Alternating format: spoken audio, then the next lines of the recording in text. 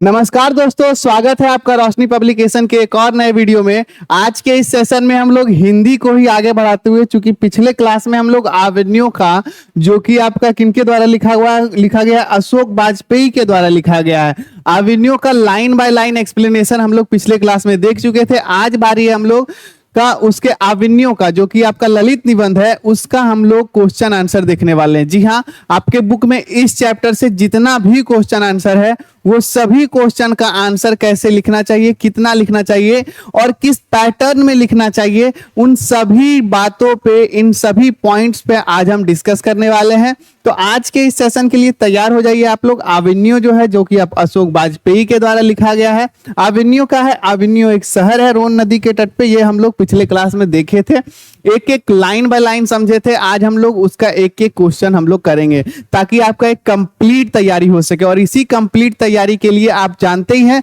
रोशनी publication जो कि 17 सालों से पब्लिकेशन के क्षेत्र में काम कर रहा है, उनके द्वारा आप लोगों के लिए बहुत सारी पुस्तकें जो कि आपको प्रोवाइड की जाती है, जिससे आप आपके बोर्ड एग्जाम में, जो कि आप 2026 में जो आप बिहार बोर्ड मैट्रिक की परीक्षा देंगे, उसमें 4 चांद लग सके। आज का जो हमारा सेशन होने वाला है, जो भी आवन्यों का क्वेश्चन आंसर होने वाला है, ये टोटल क्वेश्चन आंसर जो हम लोग यहाँ डिस्कस करने वाले हैं, ये सभी प्रश्नों के उत्तर आपको हमारे बुक में, जो कि रोशनी पब्लिकेशन का कैप्टन गोधली आपको यहाँ दिख रहा है, ये सभी क्वेश्चन आंसर जो आज हम लोग डिस्कस करेंगे, आपको इस बुक में देखने को मिलेगी। और ये बुक आपको कहाँ मिलेगा? ये बुक मिलेगी आपको हमारे ऑफिशियल वेबसाइट, फ्लिपकार्ट, अमेजॉन और अपने नजदीकी बुक स्टोर पे। देखिए, जो भी आपके हमारे ऑफिशियल वेबसाइट का है, चाहे आपका फ्लिपकार्ट का लिंक हो या फिर अमेजॉन का लिंक हो, ये तीनों लिंक आपको हमारे डिस्क्रिप्शन बॉक्स में मिल जाएगी। वहां से आप इस बुक को अगर परचेज करना चाहें तो परचेज कर लीजिएगा।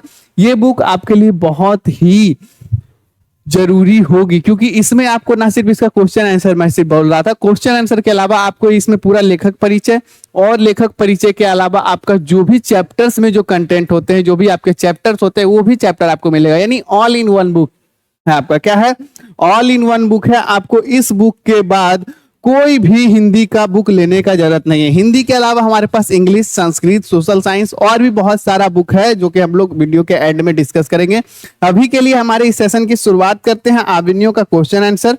जो बच्चे हमारे इस चैनल पे नए हैं, नए जुड़े हैं, तो इस चैनल को पहले आप सब्सक्राइब करके बेल नोटिफिकेशन दबा लीजिए, ताकि आगे आने वाले सारे वीडियो का नोटिफिकेशन सबसे पहले आप तक पहुंच सके। क्योंकि हमारा ये जो कैप्टन बैच है, रोशनी पब्लिकेशन जो हमारा यूट्यूब चैनल है, इसके अंतर्गत हम लोग कैप्टन बैच लॉन्च किए हैं, जिसके अंतर्गत आपको सभी subject, Bihar school examination board matric परीक्षा के सभी सब्जेक्ट, चाहे वो हिंदी हो, संस्कृत हो, इंग्लिश हो, सोशल साइंस हो, साइंस हो, मैथ हो, सभी सब्जेक्ट का हर एक चैप्टर का हर एक टॉपिक आपको बिल्कुल एक एक करके तोड़ ताड़ के पढ़ाया जाएगा, बिल्कुल आपके मन में घुसाया जाएगा।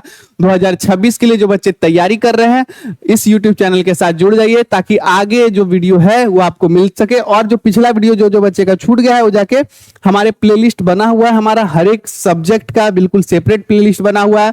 संस्कृत में हम लोग 14 चैप्टर खत्म कर लिए हैं, मतलब हमारा संस्कृत का जो बुक वाला पोर्शन है, वो हम लोग पूरा का पूरा खत्म कर लिए हैं। अगर आप देखना चाहते हैं तो वहां से भी आप जाके देख सकते हैं।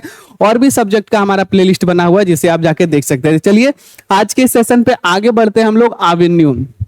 आवन्यो जो है, उसके पहला क्वेश्चन पे चलते हैं हम लोग। आवन्यो क्या है और कहाँ स्थित है? क्वेश्चन आंसर में जितना भी क्वेश्चन आंसर है आपके बुक का, सभी देखने वाले हैं, तो एक एक करके फटाफट शुरू करते हैं, अब ज्यादा बात नहीं करेंगे।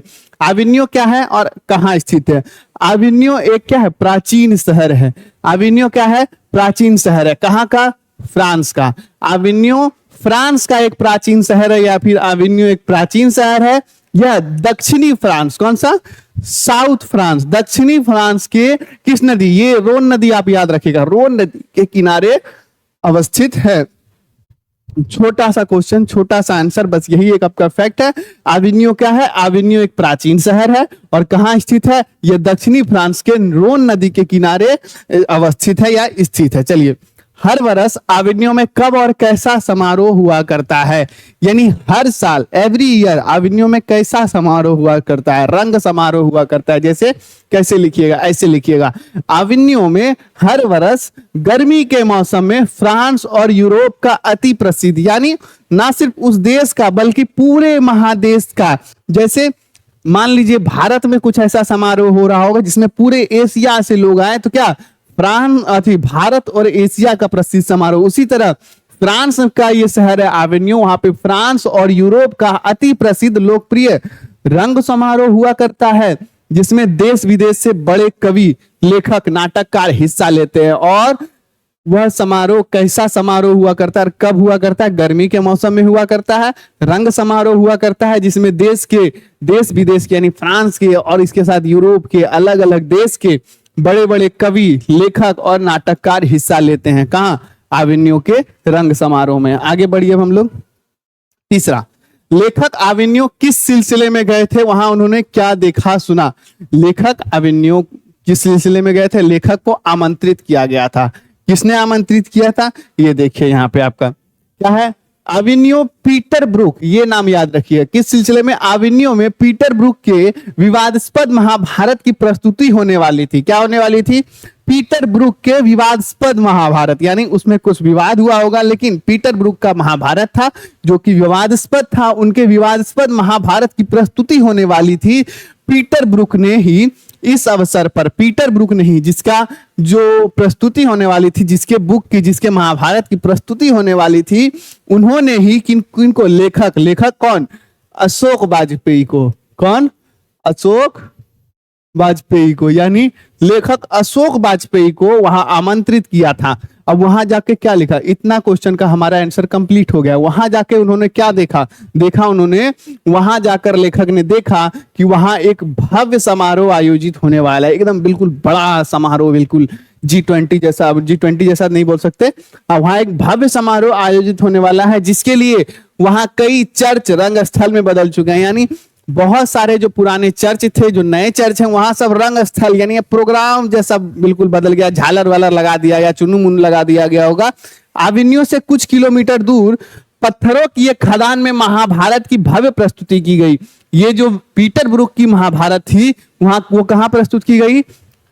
आवेन्यू से कुछ किलोमीटर दूर पत्थर की खदान में महाभारत की भव्य प्रस्तुति की गई। इस अवसर पर भारत के प्रसिद्ध संगीतज्ञ और गायक कुमार गंधर्व के गायन की भी प्रस्तुति गई। यानी भारत से एक तो हमारे अशोक वाजपेयी गए थे, वहां एक दूसरे भारतीय का जिक्र होता है। संगीतज्ञ और गायक थे कौन? कुमार गंधर्व। इसका गायन यानी इसका गाना भी प्रस्तुत किया गया। यह सब देख सुन लेखक बहुत ही रोमांचित हो गया। यानी हमारे जो लेखक है अशोक वाजपेयी, वो बहुत ही रोमांचित हो गए, उनको बहुत आनंद आया। तीसरा नंबर क्वेश्चन के बाद चौथा पे बढ़िए हम लोग। ला सतलुज क्या है, वह कहाँ अवस्थित है, आजकल उसका क्या उपयोग होता है? ला सतलुज है एक साइड जहां आवेन्यू है, रोन नदी के एक साइड क्या है? आवेन्यू है, और दूसरे साइड है ला सतलुज। क्या है? ला सतलुज। तो यही है आपका, आगे लिख देखिए यहाँ पे क्या है, ला सतलुज कर्थिसियन यानी कर्थिसियन संप्रदाय का एक ईसाई मठ है। क्या है? ला सतलुज कर्थिसियन संप्रदाय का एक ईसाई मठ है, या विलनव ला अवन्यू यानी अवन्यू का नया गांव, या क्या किस नाम से जाना जाता है? विलनव ला अवन्यू के नाम से जाना जाता है, या विलनव ला अवन्यू में स्थित है। विलनव ला अवन्यू कहाँ था? एवेन्यू के दूसरे साइड में अवस्थित है, जो रोन नदी के दूसरी ओर स्थित है और लगभग स्वतंत्र है। और यह जो क्षेत्र क्या है? लगभग स्वतंत्र है। आजकल इसका प्रयोग किसके लिए होता है? ये क्वेश्चन खत्म हो गया। आजकल उसका प्रयोग किसके लिए होता है? तो आजकल इसका प्रयोग एक कला केंद्र के रूप में किया जाता है। किसके? कला केंद्र के रूप में, गीत, संगीत, साहित्य, इसके लिए इसका उपयोग होता है। किसका? ला सतलुज का। यह केंद्र आजकल लेखन और रंगमंच से जुड़ा हुआ है। क्या किससे जुड़ा हुआ है? लेखन और रंगमंच से जुड़ा हुआ है। यह नाटककार, गीत संगीतकार, अभिनेता, रंगकर्मी आदि आते हैं। कहाँ? ला सतलुज में। कहाँ आते हैं? ला सतलुज में। और प्राचीन ईसाई संतों के चैम्बर्स में रहकर रचनात्मक लेखन का कार्य करते हैं। कहाँ? ईसाई के चैम्बर्स यानी प्राचीन ईसाई संतों के, जो ईसाई संत होते हैं, जैसे भारत के जो सनातनी संत होते हैं, उसी तरह ईसाई लोगों के जो संत होते हैं उनका चैम्बर्स होता है। 2 कमरों का चैम्बर्स है, जो कि हम लोग आगे क्वेश्चन आ रहा है उसमें हम लोग डिस्कस करेंगे। 2 कमरों का चैम्बर्स होता है, और उसी चैम्बर्स में जो लोग साहित्यकार होते हैं, जो आपके अभिनेता होते हैं, या फिर अलग अलग प्रकार के जो गीत संगीतकार होते हैं, वो सभी क्या करते हैं? वहां पे आके रचना या लेखन का कार्य करते हैं। सभी लोग अपने अपने क्षेत्र में प्रैक्टिस करने के लिए यहाँ पे आते हैं और एकांत में थोड़ा सा रहने के लिए, मन को शांत करने के लिए यहाँ आते हैं। कहाँ पे? ला सतरुज, आविन्यो, ये सब जगह। चलिए, ला सतरुज का अंतरंग विवरण अपने शब्दों में प्रस्तुत करते हुए स्पष्ट कीजिए कि लेखक ने उन्हें स्थापत्य को मौन स्थापत्य क्यों कहा। ला सतरुज का, ला सतरुज में क्या था? आगे हम लोग जो बताए थे पिछले क्वेश्चन में कि डिस्कस करेंगे क्या है। ला सतरुज में 2 कमरे के चैम्बर्स बने हुए हैं। क्या? 2 कमरे, दो कमरे के चैम्बर्स बने हुए हैं, जिसमें 14वीं शताब्दी जैसे फर्नीचर और आधुनिक स्नानघर और रसोईघर और आधुनिक संगीत व्यवस्था उपलब्ध है। यानी देखिए, ला सतरुज में 2 कमरे के चैम्बर्स हैं, जिसमें क्या है? 14वीं शताब्दी, यानी पुराने आपके फर्नीचर है, कुर्सी टेबल, आपके पलंग, ये सब पुराने हैं। लेकिन नई जनरेशन के रसोई घर, स्नानघर है। नई जनरेशन की बात करें तो उसमें ओवन हो सकता है, गैस हो सकता है, यानी बड़ी अत्याधुनिक जो रसोई घर में होती है, आधुनिक रसोई घर में जो सामग्री होती है वो सभी उपलब्ध है। स्नानघर यानी बाथरूम भी लेटेस्ट है, यानी उसमें भी शावर वावर हुआ होगा। तो क्या है? रसोई घर और आधुनिक संगीत व्यवस्था उपलब्ध है। ला सतरुज के प्रत्येक चैम्बर में मुख्य द्वार एक कब्रगाह के चारों तरफ बने गलियारे में खुलते, यानी हर एक चैम्बर का जो मेन डोर है, जो मेन गेट है, वह कहाँ? कब्रगाह के चारों तरफ बना एक गलियारे में खुलता है। पीछे से भी एक दरवाजा है, एक पीछे भी दरवाजा है, पीछे का आंगन भी है। अतिथियों के लिए भोजन की सप्ताह में 5 दिन सामूहिक रूप से संध्याकालीन व्यवस्था होती है, यानी जो भी व्यक्ति वहां जाते हैं वो सभी सप्ताह में कम से कम 5 दिन शाम का जो डिनर होता है, शाम का जो भोजन होता है, एक साथ करते हैं, बाकी अपने अकॉर्डिंग करते हैं। अन्य दिन जलपान आदि की व्यवस्था अतिथि की इच्छा के अनुकूलित होती है, ये सभी होती है। और इसके अलावा एक और क्वेश्चन है, क्या है कि लेखक ने उसके स्थापत्य को मौन स्थापत्य क्यों कहा। ये आपका यहाँ पे मिसिंग है, तो यहाँ पे आप लिख सकते हैं चूंकि ला सतरुज, क्या है? चूंकि ला सतरुज, आप यहां लिख सकते हैं क्योंकि ला सतरुज, ये जो ला सतरुज है ये किनका है? ये है आपका कर्सियन संप्रदाय का एक ईसाई मठ है।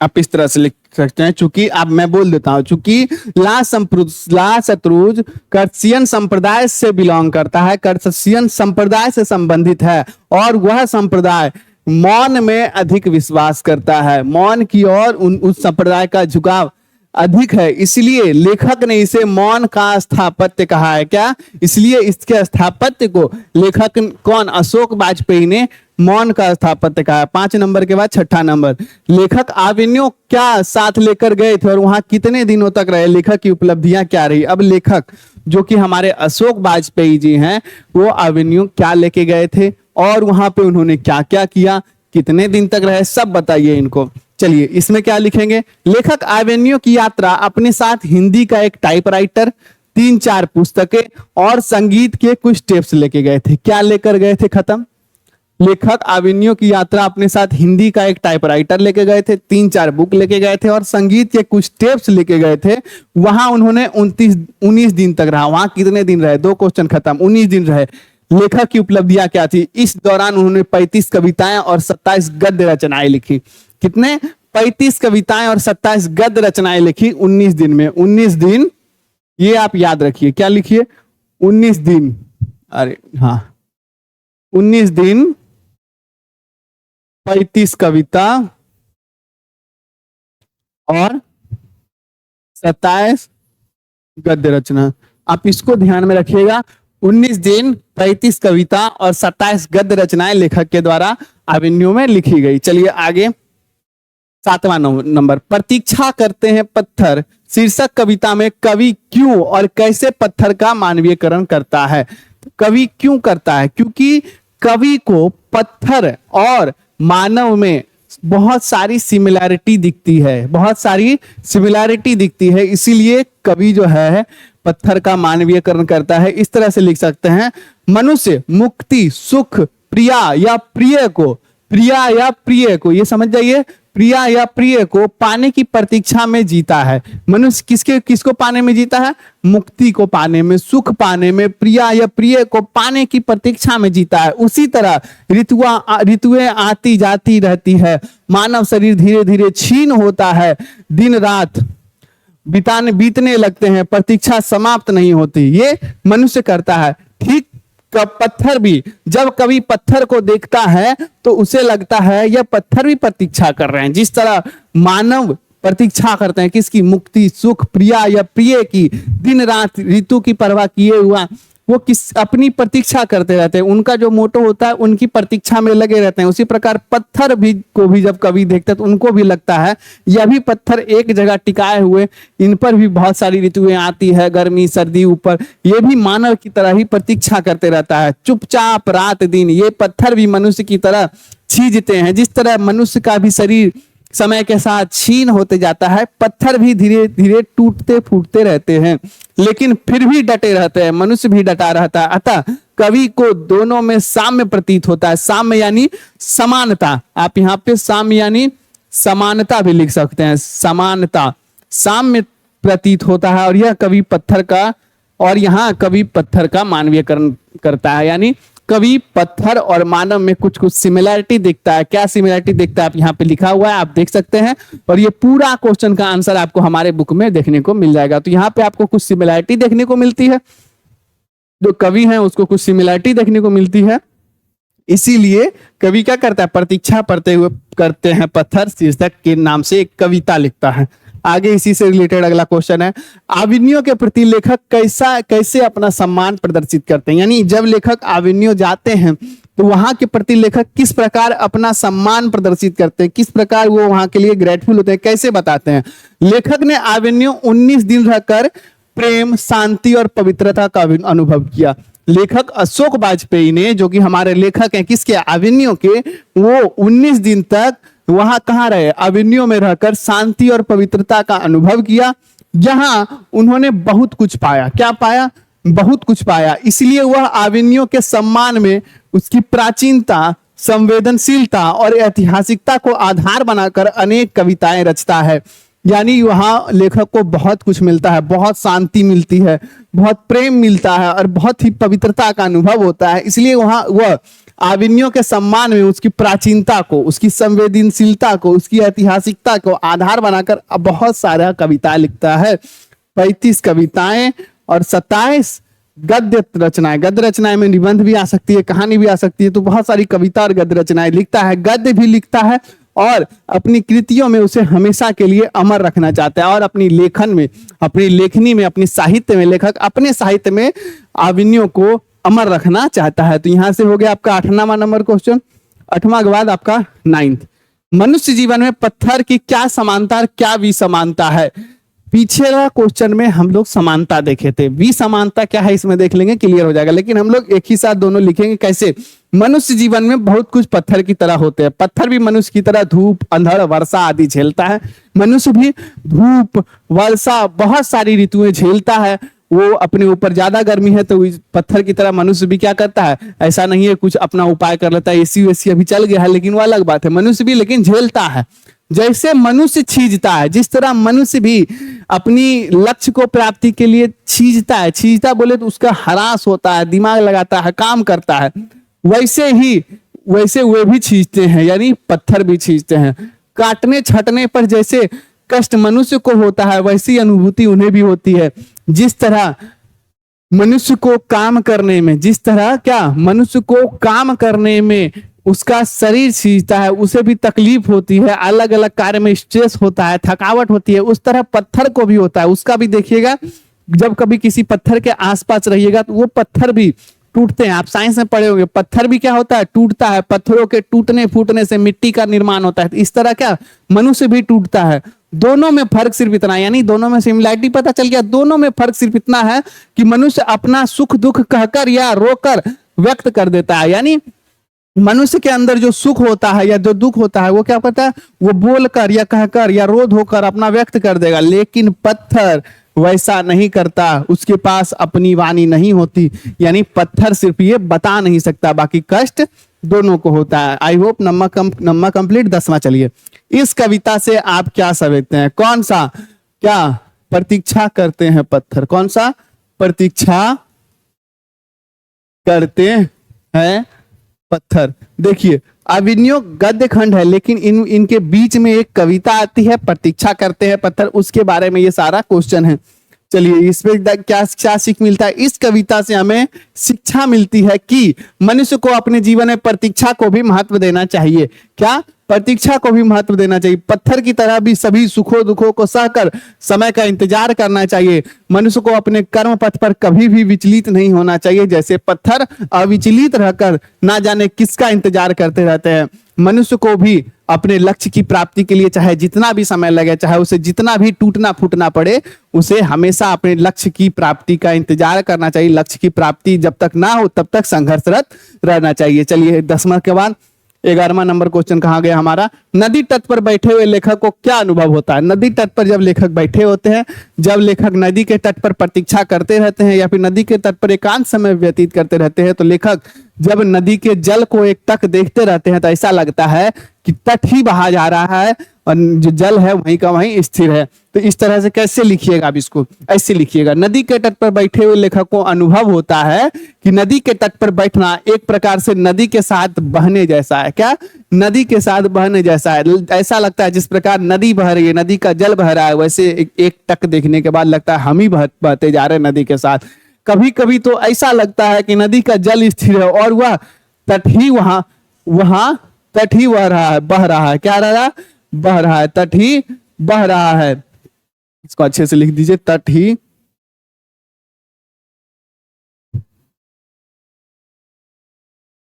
बह रहा है। वास्तव में नदी के पास होना नदी होना जैसा ही है।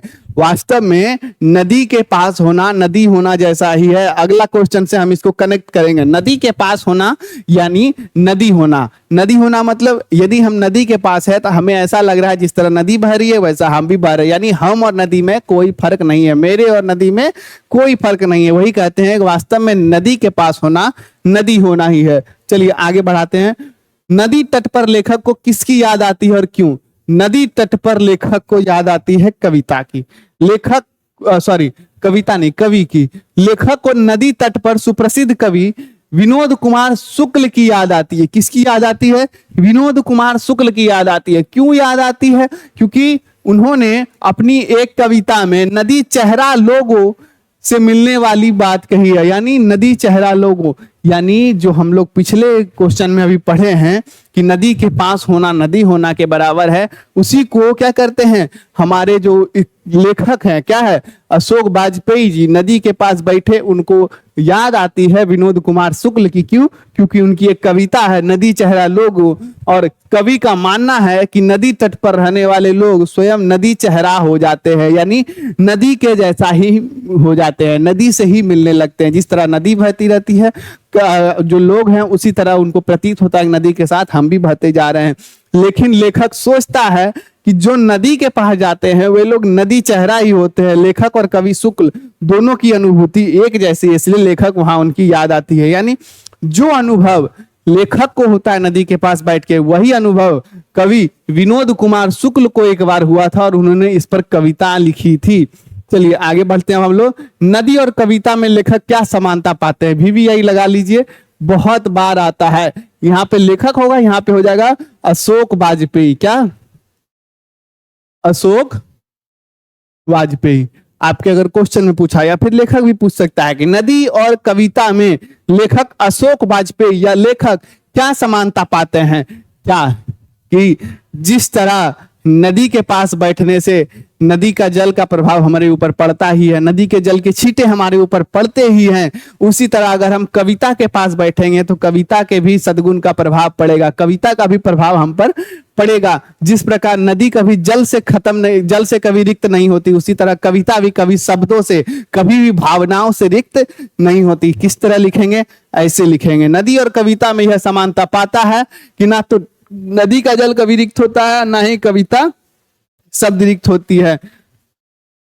और इसके अलावा और क्या लिख सकते हैं? और भी मैंने आपको बताया क्या कि जिस तरह नदी का जल कभी रिक्त नहीं होता, उसी तरह कविता भी कभी भावनाओं से रिक्त नहीं होती, कभी भी शिक्षा से रिक्त नहीं होती, या फिर कभी भी शब्दों से रिक्त नहीं होती। इस शब्द रिक्त का मतलब है भावना, हमारी शिक्षा।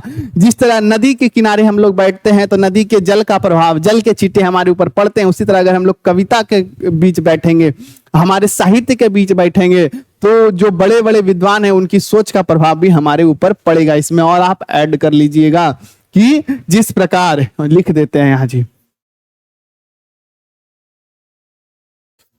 जिस प्रकार नदी के बीच बैठने पर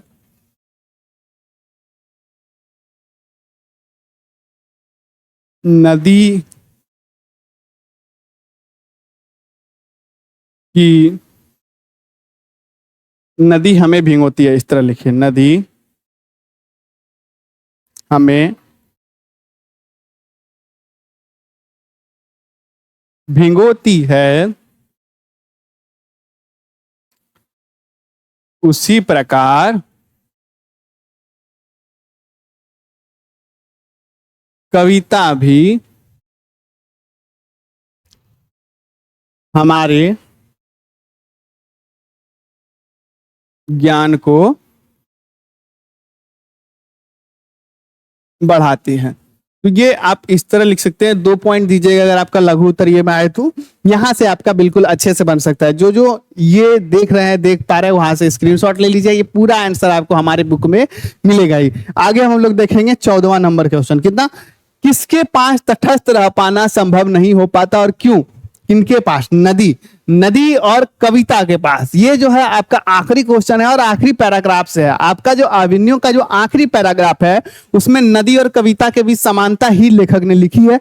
नदी और कविता के पास जाकर तटस्थ रह पाना, बिल्कुल क्या बोल सकते हैं, तटस्थ, न्यूट्रल रह पाना संभव नहीं हो पाता, क्योंकि दोनों की अभिभूति से बचा ही नहीं जा सकता। यानी नदी के पास अगर जाएंगे और शांति से बैठ पाए, ऐसा संभव नहीं, और कविता के पास बैठ जाएं, यानी अगर आप कविता, यानी आप साहित्य के बीच जाएं, अगर आप लोगों के जो लिखी हुई, जो बड़े बड़े विद्वानों की लिखी हुई कविताओं के बीच जाएं और सिर्फ बैठें और पढ़ें कविताओं को और सोचे कि यार ठीक है, इट्स ओके ओके, लेकिन आप ऐसे नहीं। जब आप कविताओं के प्रभाव को अपने जीवन में महसूस कर पाएंगे, एक एक कविता को, अगर चाहे जीवन में हर एक दिन एक ही कविता पढ़ें तो उसका प्रभाव आपके ऊपर पड़ेगा ही। कविता और नदी में हम बरबस ही शामिल हो जाते हैं। बरबस यानी बिना आपका क्या होते हैं, आपके अंदर एक ऐसी भावना जाएगी जब आप नदी के सामने, नदी के तट पे जाएंगे या फिर आप कविता के पास जाएंगे, चाहे आप कविताओं के साहित्य के अराउंड रहेंगे, तो आप ना चाहते हुए भी उनकी ओर खींचे ओर चले जाएंगे। निरंतर कविता और नदी दोनों हमारी नश्वरता को अनंत से अभिषेकित करती है, हमारी सारी तटस्थता धरा, लय और प्रवाह में बह जाती है। यानी कविता और नदी, इनका जो है हमारे ऊपर बहुत ही गहरा प्रभाव पड़ता है। हमारी जितनी भी तटस्थता होती है कि हम बिल्कुल शांत रहेंगे, बिल्कुल शांति से देखेंगे, बिल्कुल इसका प्रभाव हमारे ऊपर नहीं पड़ेगा, लेकिन ना चाहते हुए भी इन दो चीजों का प्रभाव हमारे ऊपर पड़ता ही है। तो ये हुआ हमारा आखिरी क्वेश्चन, ये पूरा कंप्लीट आपका ओपिनियन का क्वेश्चन आंसर। तो आई होप आपको ये पूरा सेशन बिल्कुल अच्छे तरीके से समझ में आ गया होगा। अगर कुछ नहीं समझ में आ गया होगा, कुछ त्रुटि हुई होगी, तो हमारे साथ कमेंट बॉक्स में एक बार शेयर जरूर कर लेंगे। अगले वीडियो में हम सबसे पहले उन्हीं का समाधान करेंगे। वैसे तो हमारा जो संस्कृत का जो पूरा चैप्टर है, संस्कृत का जो पूरा बुक है, उसका लाइन बाय लाइन एक्सप्लेनेशन, एक एक वर्ड बाय वर्ड हिंदी का करके, पूरा एक एक डिटेल एक्सप्लेनेशन करके बिल्कुल अच्छी तरीके से संस्कृत को मैंने पूरा समाप्त किया है। आप उसे जाकर संस्कृत के प्लेलिस्ट से एक्सेस कर सकते हैं। हिंदी भी हमारा 9वां चैप्टर आपने देखा गद्य खंड का हो गया है। पद्य खंड में भी हम लोग कुछ 7 या 8 चैप्टर तक विद क्वेश्चन आंसर कंप्लीट कर लिए हैं। तो सारा सिलेबस आपका ऑन टाइम है। SST, साइंस, मैथ, इंग्लिश इसके पैरेलल चल रहा है, यानी लिटरेचर का आपका बिल्कुल अच्छे तरीके से चल रहा है। तो अगर आप चाहते हैं इन सभी पूरे सब्जेक्ट को, अपने छेवों के छेवों सब्जेक्ट को अच्छी तरीके से पढ़ना, अच्छे तरीके से 2026 में अपना मैट्रिक का एग्जाम अटेम्प्ट करना, तो हमारे इस चैनल को सब्सक्राइब करके बेल नोटिफिकेशन दबा लीजिएगा, ताकि आपका एक कंप्लीट बैच, आपकी एक कंप्लीट तैयारी हमारे इस रोशनी पब्लिकेशन के इस यूट्यूब चैनल और रोशनी पब्लिकेशन का हमारा ये जो बुक है इसके साथ हो सके। इसके बारे में बता देना चाहता हूँ। गोधुली है, प्यूसम है, वर्णिका है, गोधुली, क्लास 9, 10th, 11th, 12th, इसकी लिटरेचर की सारी बुक आपको मिलेगी। अब लिटरेचर में हिंदी, इंग्लिश और संस्कृत, भैया इंग्लिश और संस्कृत में आपको एक एक्स्ट्रा फीचर मिलता है, उसमें आपको पूरा चैप्टर मिलेगा, जो भी आपके चैप्टर्स है वो मिलेगा। फिर संस्कृत का आपका हिंदी किया हुआ और इंग्लिश का आपका हिंदी किया हुआ मिलेगा, ताकि आप हर एक चैप्टर को ना सिर्फ पढ़ें बल्कि समझ सकें। और उसके साथ आपका हर एक चैप्टर का क्वेश्चन विथ आंसर मिलेगा, ताकि आपका जो है जितना भी कॉन्सेप्ट हो सके, किस तरह आंसर राइटिंग करना है, किस तरह कैसे किस क्वेश्चन का आंसर देना है, वो बिल्कुल आसानी से समझ पाए। इसी तरह आपका हिंदी में भी चैप्टर, लेखक परिचय और पूरा डिटेल में क्वेश्चन आंसर आपका दिया हुआ है। कविता वाले, पद्य वाले सेक्शन में एक एक लाइन का आपका बिल्कुल सप्रसंग व्याख्या किया हुआ है। बिल्कुल आपका क्या बोल सकते हैं, जो व्याख्या होता है हर एक, अगर आपका कोई कविता है 4 लाइन का, तो उस 4 लाइन का क्या अर्थ है डिटेल में, वो सभी आपका इस बुक में है। आपने गोधुली के बारे में आप तो देख ही लिया, मैंने आपको वीडियो के स्टार्टिंग में दिखाया। इसी तरह और भी बुक है, हमारा संस्कृत का है, आपका कैप्टन पनोरमा है, कैप्टन इंग्लिश रीडर है, 9th का भी गोधुली है, प्यूसम है। ये सभी बुक आप हमारे ऑफिशियल वेबसाइट पर जाके विजिट करें, वहां से जाके परचेज कर सकते हैं, या फिर आप हमारे फ्लिपकार्ट, अमेजॉन या फिर अपने नजदीकी बुक स्टोर पे भी जाके वहां से बोल सकते हैं कि रोशनी पब्लिकेशन का captain Hindi, captain Sanskrit, captain English, ये सभी बुक आप वहां से जाके परचेज कर सकते हैं। ना सिर्फ आपका लिटरेचर बल्कि एसएसटी का भी हमारा आ गया है, हिस्ट्री, इतिहास की दुनिया, इकोनॉमिक्स, हमारी अर्थव्यवस्था, लोकतांत्रिक राजनीति, ये आपका पॉलिटी का बुक है, और भारत संसाधन एवं उपयोग, ये भी आपका क्या है, ज्योग्राफी का बुक है। क्या है? ज्योग्राफी का बुक है। ये सभी बुक आपको हमारे ऑफिशियल वेबसाइट फ्लिपकार्ट, अमेजॉन पे देखने को मिलेगी।